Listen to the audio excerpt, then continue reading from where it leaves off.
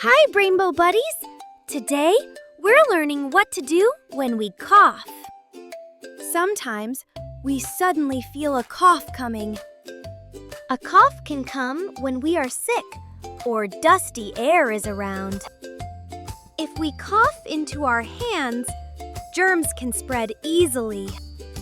Germs are tiny, and we cannot see them. Germs can travel to toys, tables, friends, and family. But don't worry, there is a better way to cough. We should lift our elbow when we cough. Coughing into our elbow keeps germs away. Our elbow acts like a shield for germs. This helps keep our hands nice and clean.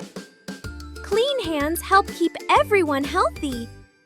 We use our hands to eat, play, and draw. That's why coughing into our elbow is smart. It also shows we care about others. Our friends and family feel safer this way. Let's remember this. Every time we cough, elbow up, cough gently. Great job, Rainbow Buddies! Thanks for watching.